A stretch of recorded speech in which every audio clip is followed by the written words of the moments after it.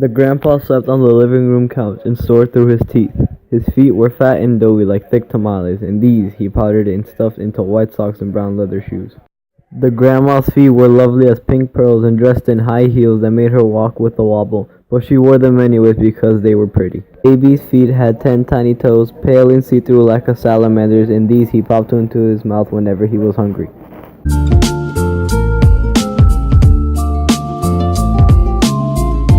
The mother's feet, plump and polite, descended like white pigeons from the seat of pillow across the linoleum roses, down the wooden stairs, over the chalk hopscotch squares.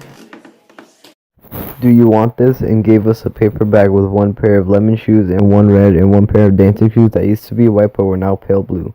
Here, and we said thank you and waited until she went upstairs.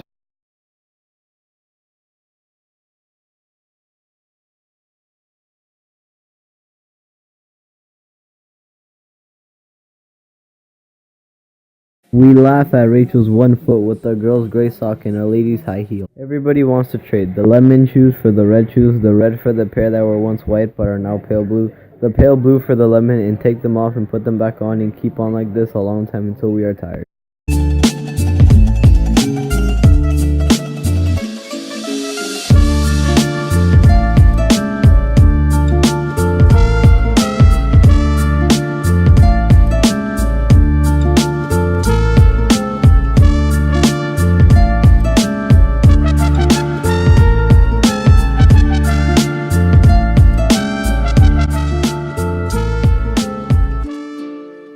The description of the family set a calm and innocent tone.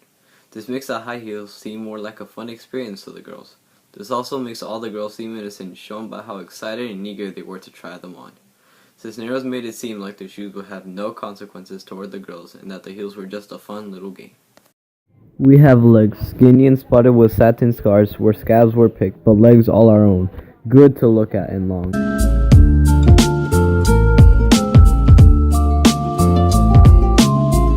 It's Rachel who learns to walk the best, all strutting in those magic high heels. She teaches us to cross and uncross our legs and to run like a double dutch rope, and how to walk down to the corner so that the shoes talk back to you with every step. Rachel is able to walk the best in the heels. Cisneros is showing that Rachel is the most mature because she is able to walk with control better than Esperanza and Lucy.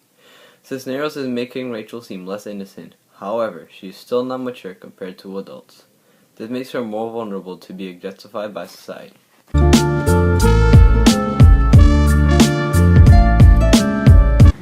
Hey, where'd you get those shoes from? Who gave you those? Nobody. Those shoes are dangerous. Take them off before I call the cops on you. Never. We just run. The warning that Mr. Benny gave to the girls reveals that the shoes symbolize maturity.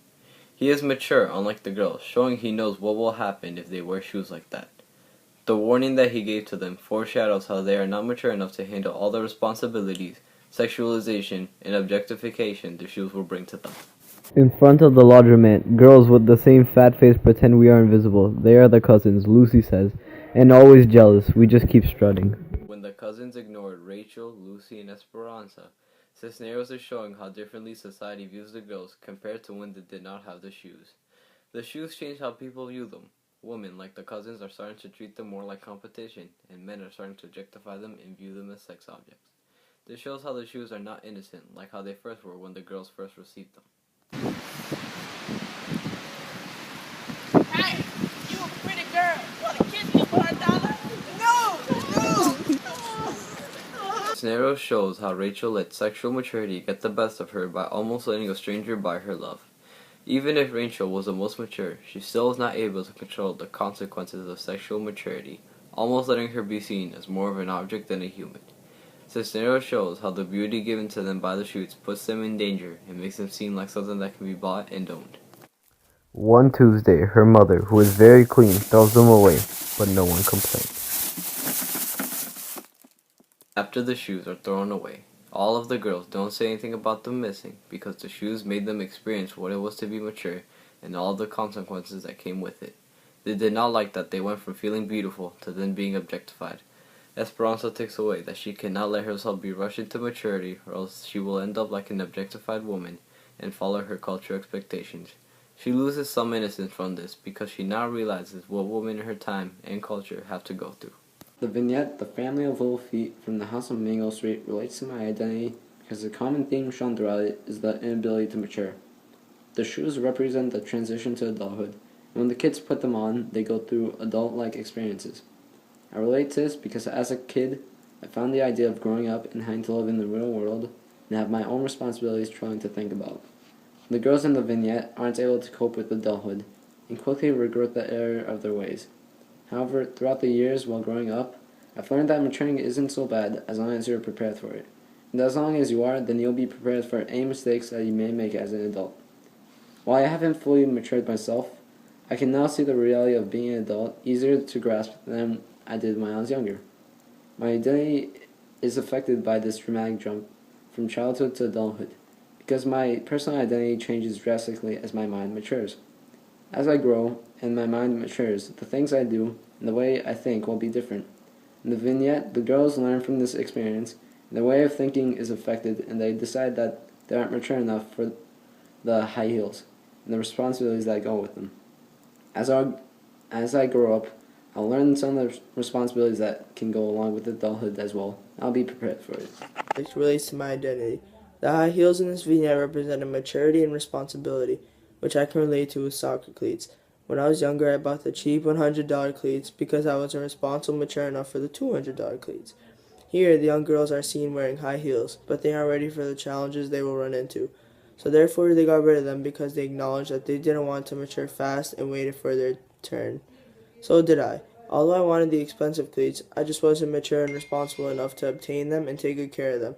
Now that I am older and mature, I buy the $300 ones, which is what Esperanza can do with her heels when she grows more mature. What I've learned from this is the more mature you grow, the better advantages you have in getting what you want and more freedom. In the vignette, the girls commonly face the challenge of wanting to grow up faster than they are ready for. They think that it is fun and games, and you just wear heels and act mature. What they are not aware of is the responsibility that comes with this. They do not understand that as an adult, you have to be prepared to handle the challenges that come with maturity. This is similar to everyday life, as in children are fast to try to mature, not knowing the responsibility it takes and the challenge it is. Children do not realize that the more mature that they act, the more they will be faced with challenges. When these challenges come, there will be no one to help them. This is where children are separated from adults, and children do not know how to handle these situations like adults would. In this vignette, the two major themes of objectification of women and maturity came up. The shoes made the theme of objectification of women come up because it was what caused them to be objectified. If it was not for the heels, a bum man would not have asked to get kissed for $1, or for all the men to look at them just for the beauty the shoes gave him. When Cisneros used bum man's wrinkled dollar, it was showing that the girls were seen as an item that can be bought and owned by anybody. This vignette also has a theme of maturity, which the shoes symbolize. The shoes are just a microcosm to represent maturity. That's why I made all of society treat them as if they were older women. The girls were unable to cope with maturity, making them lose their innocence in the process.